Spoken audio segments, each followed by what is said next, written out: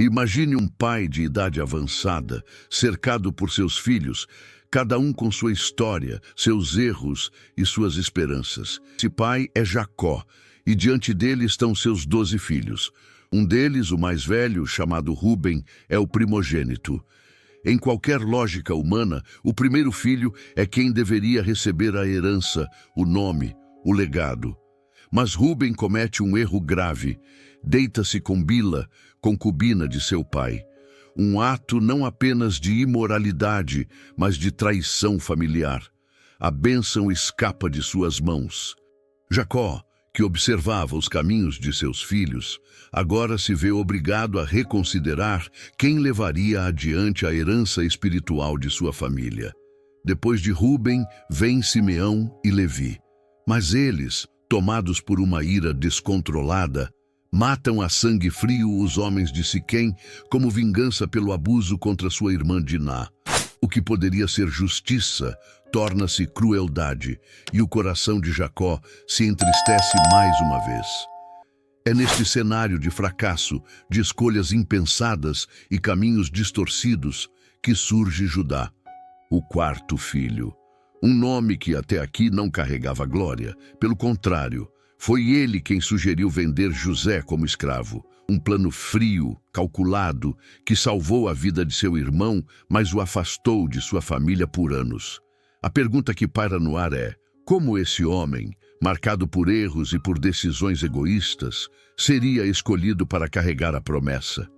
A resposta não está na lógica humana, mas no coração redentor de Deus. Judá não é perfeito, mas ele muda. Quando os irmãos se reencontram com José no Egito, é Judá quem se oferece como escravo para salvar Benjamim. É ele quem assume a responsabilidade pela família. É ali que o céu começa a reposicionar sua história. E nesse momento, eu te convido a fazer uma pausa. Você já se inscreveu no canal? Verifique agora mesmo. Clica aí no botão de inscrição e venha fazer parte de uma comunidade que busca entender as profundezas da palavra de Deus. Judá, ao contrário dos irmãos mais velhos, apresenta algo que Deus valoriza profundamente: arrependimento e transformação. E é por isso que no leito de morte, Jacó olha para ele e pronuncia palavras que soam como trombetas proféticas. Judá, teus irmãos te louvarão.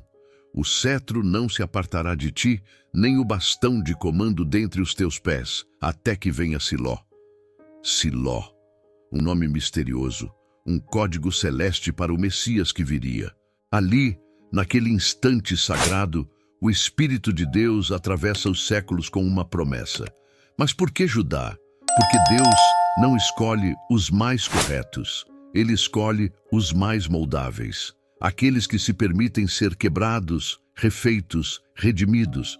Judá é o símbolo do pecador restaurado, da história resgatada, da graça inesperada. Ele é a prova viva de que os erros não anulam o propósito, apenas nos mostram o quanto precisamos da misericórdia divina. A escolha de Judá ensina algo poderoso. Deus vê além do presente. Ele enxerga o que ainda não somos, mas podemos nos tornar. Judá se encontra com Tamar, sua nora. A história é complexa, desconfortável até. Tamar, ao perceber que Judá não cumpriria sua promessa de dar-lhe um novo marido, se disfarça e o engana. E dessa união nascem Pérez e Zerá. Um escândalo? Sim, mas também uma redenção. Porque Perez entra diretamente na genealogia do Messias. É aqui que a graça escancara as portas e grita: ninguém está fora do alcance de Deus. Você consegue perceber como cada detalhe dessa história revela algo do caráter divino? Tamar não é esquecida. Pelo contrário, seu nome está gravado na genealogia de Jesus em Mateus capítulo 1. Isso nos ensina que Deus não apaga histórias difíceis. Ele as transforma. O que começou com traições, dores e equívocos é agora costurado com fios de redenção. Judá, o rejeitado, o falho, torna-se o leão profetizado. E é por isso que a tribo de Judá se torna tão especial. Não porque era perfeita, mas porque nela o processo de arrependimento e redenção foi levado a sério. Judá nos mostra que a liderança espiritual não nasce da perfeição, mas da transformação. E é dessa tribo que virá Davi, o homem segundo o coração de Deus, e mais adiante, Jesus, o Filho de Deus. O leão da tribo de Judá começa a rugir nesse momento. Agora, feche os olhos por um instante e reflita. Quantas vezes você se sentiu indigno, desqualificado, fora do plano? Judá também se sentiu assim, mas Deus viu o que ninguém via. Deus já enxergava o Messias em sua linhagem, e se ele fez isso com Judá, pode fazer com você. A história de Judá nos desafia a reavaliar nossos critérios. Ela nos obriga a parar de medir as pessoas por seus erros e começar a enxergar suas possibilidades. O mesmo Deus que escreveu a história de Judá quer escrever a sua. Mas para isso é preciso deixar que ele seja o autor, o redentor e o rei do seu coração. A estrada do tempo continua avançando e com ela seguimos os passos do clã de Judá, que agora começa a se estabelecer como uma força de identidade espiritual e cultural dentro da nação de Israel. Vamos conhecer os períodos mais intensos e complexos da trajetória dessa tribo, o tempo dos juízes e dos reis. É aqui que a história de Judá se entrelaça com personagens que deixaram marcas profundas no povo de Deus e revelam que o agir divino sempre encontra caminho, mesmo quando tudo parece desmoronar. E se, até agora, você tem acompanhado com atenção, quero te convidar a deixar nos comentários alguma dúvida, curiosidade ou percepção que teve com esse vídeo. Isso ajuda não só o canal, mas também a edificar a comunidade de irmãos e irmãs que buscam crescer no conhecimento da palavra. A época dos juízes foi um tempo de altos e baixos para Israel. Cada tribo vivia quase como um pequeno reino independente, com seus próprios líderes, problemas e soluções. Judá, por sua vez, já começava a se destacar como uma tribo que exercia influência não apenas militar, mas espiritual. É interessante notar que, ao contrário do que se possa imaginar, Judá não foi apenas uma tribo guerreira. Havia nela uma profunda consciência de propósito, de promessa e de liderança. Ainda que houvesse quedas, rebeldias e idolatria em alguns momentos, o chamado da aliança com Deus parecia arder de maneira mais intensa no coração de muitos de seus líderes e guerreiros. Quando lemos o livro de Juízes, encontramos passagens em que Judá lidera batalhas, enfrenta inimigos poderosos e serve de guia para outras tribos que estavam desorganizadas ou enfraquecidas. A força de Judá não era apenas física, ela vinha de uma identidade moldada por um legado profético. Mas o ponto de virada mais marcante para a tribo de Judá viria com o surgimento da monarquia. Quando o povo de Israel começa a pedir por um rei, querendo ser como as outras nações, Deus permite que Saul seja ungido por Samuel. No entanto, Saul era da tribo de Benjamim, e sua liderança, embora significativa, acabou sendo instável e marcada por desobediências. É aqui que o olhar divino se volta para Judá novamente, desta vez por meio de um jovem pastor, músico e guerreiro chamado Davi, filho de Jessé, da cidade de Belém. Davi foi ungido por Samuel ainda em sua juventude, e foi a partir dele que a tribo de Judá se tornou o centro político, militar e espiritual de todo Israel. Davi não era apenas um rei, ele era o símbolo de uma aliança eterna. Seu trono seria o ponto de referência para o Messias prometido. A partir daquele momento, a tribo de Judá não era apenas parte da história, ela era a história. O reinado de Davi não foi perfeito. Ele cometeu pecados graves, enfrentou rebeliões internas e crises familiares devastadoras. Mas em meio às quedas, a graça de Deus se manifestava. E isso é algo que precisamos meditar profundamente. A tribo de Judá foi escolhida não por ser perfeita, mas porque Deus viu nela um coração disponível. Davi representa esse coração, contrito, sensível, apaixonado por Deus. Ele era um homem de guerra, mas também um homem de louvor. Um homem que enfrentava gigantes com pedras e orações. Um rei que escreveu salmos em meio às batalhas, e cada ato de sua liderança solidificava Judá como o alicerce sobre o qual Deus construiria seu plano eterno. Quando lemos os salmos de Davi, sentimos a alma da tribo de Judá pulsando em cada verso. Depois de Davi, veio Salomão, seu filho, e a glória de Israel atingiu seu auge. O templo foi construído. A sabedoria e as riquezas do reino tornaram-se lendárias. Nações vinham de longe para ouvir os conselhos do rei. Mas mesmo no ápice da grandeza, as rachaduras começaram a surgir. Salomão, seduzido por alianças políticas, casamentos com mulheres estrangeiras e adoração a deuses pagãos, foi se afastando da fidelidade plena a Javé. E assim, o reino que um dia foi unificado por Judá começa a se fragmentar. Após a morte de Salomão, Israel se divide em dois reinos, o reino do norte, Israel, e o reino do sul, Judá. A partir de então, Judá passa a caminhar quase que sozinha na preservação da identidade da promessa.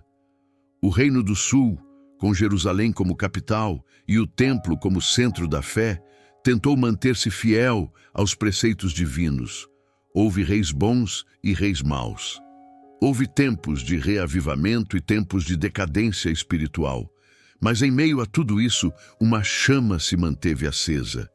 E essa chama vinha do legado de Judá. Enquanto o reino do norte se entregava à idolatria e acabava sendo destruído pela Assíria, o reino de Judá resistia.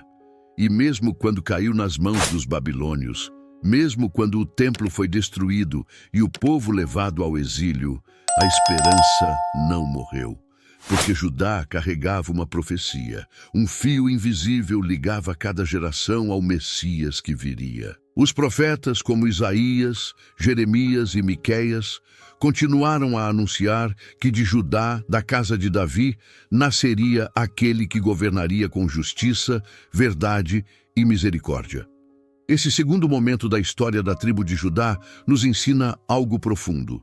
Deus não constrói seu plano com base em glórias humanas, mas sim em alianças eternas. Mesmo quando a aparência externa mostra decadência, exílio e destruição, Deus está agindo nos bastidores, preparando o caminho.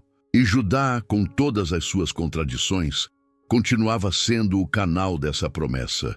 O povo que habitava Jerusalém podia ser humilhado por reis pagãos, mas seu coração, voltado para a aliança, jamais foi destruído. E talvez seja isso que mais precisamos entender hoje. Quando tudo parecer perdido, lembre-se de Judá, a tribo que resistiu porque sabia que o fim não seria exílio, mas redenção. Se até aqui algo tocou seu coração, compartilhe com a gente nos comentários. Qual ponto da história mais te chamou a atenção? Há algo que você sempre quis entender sobre a linhagem de Davi ou o papel espiritual de Judá? Deixe sua dúvida aqui embaixo. É assim que construímos juntos um canal forte, vivo e abençoado. A história de Judá não termina em sua vida pessoal, nem se limita aos momentos que viveu com seus irmãos. O nome Judá ecoa muito além do tempo de José. Atravessa os séculos e ressoa com força em cada página da Escritura Sagrada. Seu nome se torna símbolo de liderança, esperança e cumprimento de promessas eternas. A tribo que leva seu nome se transforma na linhagem real, na qual reis e profetas surgiriam, preparando o caminho para aquele que mudaria para sempre a história da humanidade, o Messias. E é aqui que começamos a entender o real peso do legado de Judá. Não estamos falando apenas de um homem entre 12 irmãos, mas do tronco escolhido por Deus para a realeza e a salvação. O que Judá começou com humildade e reconciliação em Gênesis, Deus continuaria até o Calvário e o túmulo vazio. Quando Jacó abençoa seus filhos antes de morrer, ele reserva para Judá palavras de um impacto profundo e profético. Judá, a ti te louvarão teus irmãos.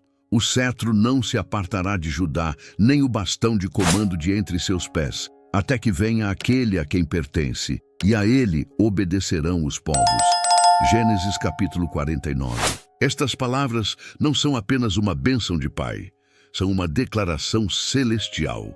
O cetro representa autoridade, e essa autoridade permaneceria com Judá até a chegada de aquele a quem pertence, um título messiânico direto. Desde aquele momento, a história da tribo de Judá passa a carregar o peso de um destino sagrado. Davi, o pastor que se tornaria rei, viria desta tribo. Salomão, o sábio construtor do templo, também. E mais tarde, de uma linhagem quase esquecida, nasceria Jesus de Nazaré, o leão da tribo de Judá. Essa conexão com o Messias dá à história de Judá um brilho que nenhum outro irmão possui. Se por um lado ele foi marcado por erros no início de sua jornada, como o caso de Tamar, por outro, Deus usou exatamente esses momentos para tecer uma linha que nenhum ser humano poderia prever. É pela união de Judá com Tamar que nasce Perez, e é de Perez que se dá continuidade à linhagem que culmina em Davi e então em Jesus. Deus não precisou de uma genealogia perfeita, mas de corações dispostos. Judá, ao reconhecer seus erros e agir com justiça, abre o caminho para que sua descendência se torne instrumento de redenção para toda a humanidade. Isso nos ensina que até nossos erros, entregues com humildade a Deus, podem ser usados para algo grandioso. A tribo de Judá ganha, com o tempo, uma posição central dentro de Israel. Quando o reino é dividido, após a morte de Salomão, é justamente Judá que permanece fiel em manter Jerusalém e o templo. Enquanto outras tribos se afastam e caem na idolatria, Judá carrega o bastão da fidelidade, ainda que com altos e baixos.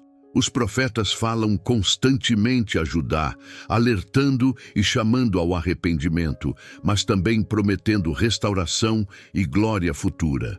Isaías, Miqueias, Jeremias, todos mencionam Judá em seus oráculos, sempre apontando para em que o trono seria restaurado não por um rei qualquer, mas por aquele que governaria com justiça eterna, o Emanuel, Deus conosco.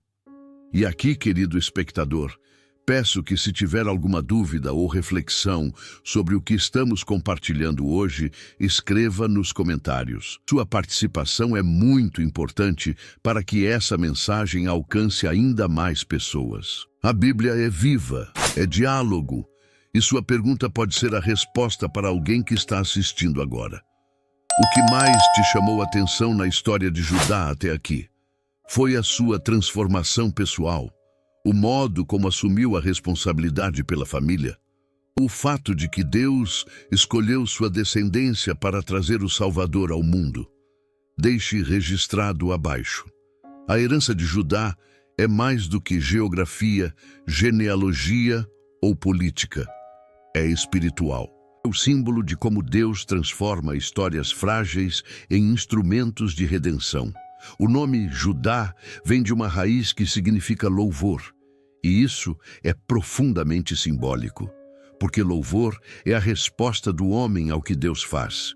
E a história de Judá, de ponta a ponta, é uma grande demonstração do agir divino. Desde o momento em que assume a culpa por Benjamim diante de José, até o nascimento de Jesus em Belém, cidade da tribo de Judá, tudo nos leva a um só entendimento. Deus não escolhe os perfeitos, mas os transformáveis. Aqueles que, como Judá, aprendem a se humilhar, reconhecer seus erros, proteger os seus e caminhar com firmeza. Judá também nos ensina que liderança verdadeira nasce da entrega. Ele não buscou ser o primeiro entre os irmãos. Ao contrário, agiu para salvar, para reconciliar. E foi exatamente por isso que se tornou o maior. Jesus, descendente direto de Judá, agiu da mesma forma, Não veio para ser servido, mas para servir. Não veio para dominar com violência, mas para reinar com amor. Essa ligação entre Judá e Jesus não é acidental, é um roteiro divino. Um roteiro que começa com um homem comum, marcado por erros e redimido pelo amor, e termina com um Redentor que carrega o peso do mundo em seus ombros, mas reina com um coração cheio de graça. E assim, quando lemos no livro do Apocalipse, capítulo 5, não chores, eis que o leão da tribo de Judá, a raiz de Davi, venceu. Entendemos que aquela pequena tribo, nascida da confusão de irmãos em Canaã, se torna o sinal eterno da vitória de Deus. O leão de Judá reina não com garras, mas com feridas, não com rugidos, mas com palavras de vida. E a promessa feita a Jacó, milênios antes, se cumpre com exatidão. O cetro não se afastou de Judá. Pelo contrário, ele está hoje nas mãos do nosso Rei eterno. Se essa história tocou seu coração, se Judá, de alguma maneira, também representa sua caminhada de altos e baixos, saiba, Deus ainda escreve com sua vida, ainda há promessas a se cumprir, ainda há um destino a se revelar. Como Judá, talvez você não tenha começado bem, mas seu final pode ser extraordinário. Na longa jornada da história de Judá, percorremos vales escuros e montanhas sagradas. Vimos um jovem inseguro se tornar um homem marcado por escolhas difíceis. Acompanhamos suas quedas, suas falhas e, acima de tudo, sua capacidade de reconhecer o erro e se levantar. Mas a grandeza de Judá não está apenas no que ele viveu, e sim no que Deus decidiu realizar por meio dele. Cada passo de sua trajetória, por mais obscuro que tenha parecido à primeira vista, foi cuidadosamente tecido pelo Criador para preparar o caminho de algo infinitamente maior. O homem que um dia sugeriu vender seu irmão é o mesmo que anos depois se oferece para morrer no lugar de outro. E é exatamente nesse contraste que o plano de Deus se revela. Não há barro tão disforme que não possa ser moldado pelas mãos do oleiro eterno. Judá se torna o primeiro entre os irmãos, não por imposição, mas por redenção. Ele não se autoafirma, ele se oferece. Não domina com força, lidera com sacrifício. E é isso que o torna tão profundamente semelhante àquele que viria de sua linhagem. Jesus Cristo, o leão da tribo de Judá, é o ápice desse legado. Ele nasce em Belém, cidade de Judá. Vive entre os pobres e marginalizados, como os filhos esquecidos de Jacó. Carrega sobre si a culpa de muitos, como Judá carregou a culpa por Benjamim, e entrega sua própria vida para salvar os seus, como Judá se dispôs diante de José. A história de Judá, então, não é apenas uma introdução ao Messias, ela é um espelho daquilo que ele realizaria em plenitude, o esboço do sacrifício perfeito. E se Judá foi transformado, também podemos ser. Porque essa história não está na Bíblia apenas para informação, mas para formação. É um convite ao arrependimento, à responsabilidade, à reconciliação. Judá nos mostra que os líderes verdadeiros não são os que mandam, mas os que se colocam no lugar do outro. Não são os que têm razão, mas os que buscam restaurar. E mais ainda, que o louvor, aquele que brota do nome Judá, não é apenas canto bonito, mas vida transformada. Quando vivemos com integridade, mesmo entre feridas e falhas, nosso louvor se torna verdadeiro. E Deus, que tudo vê, nos coloca em posições que jamais sonharíamos, como colocou Judá no centro da promessa. Agora, imagine o momento em que Jesus, o descendente mais glorioso de Judá, entra triunfante. As multidões gritam, Hosana ao filho de Davi. Sim, ao filho da linhagem de Judá. Aquele grito ecoa os séculos de esperança depositados sobre a tribo do louvor. E mesmo quando, dias depois, o mesmo povo grita, crucifica-o, o plano divino segue intacto, porque não foi por aclamação que ele veio, foi por amor. Jesus, como Judá, não se esquivou do sofrimento, se ofereceu por nós. O cetro permaneceu entre seus pés, ainda que em uma cruz. E é por isso que hoje, no céu, ele reina eternamente com o cetro da justiça e a coroa da glória. Você chegou até aqui, é porque essa história falou com você. E eu quero te fazer um convite. Compartilhe esse vídeo. Não apenas porque é bonito ou interessante, mas porque é necessário. Muitas pessoas precisam entender que mesmo aqueles que erraram podem ser instrumentos nas mãos de Deus. Que a redenção é possível, que o louvor verdadeiro nasce da transformação. Curta, comente, diga aqui embaixo o que mais tocou seu coração. E se você ainda não é inscrito, inscreva-se no canal. Aqui, cada história bíblica ganha vida para transformar a sua. E se quiser continuar nessa jornada de descobertas, assista agora ao nosso vídeo sobre José, irmão de Judá, sobre as demais tribos de Israel. Que a bênção do Deus de Abraão, de Isaque e de Jacó, o Deus que transformou Judá em leão, esteja sobre você hoje e sempre. Até o próximo vídeo e que a paz do nosso Senhor Jesus Cristo esteja com você.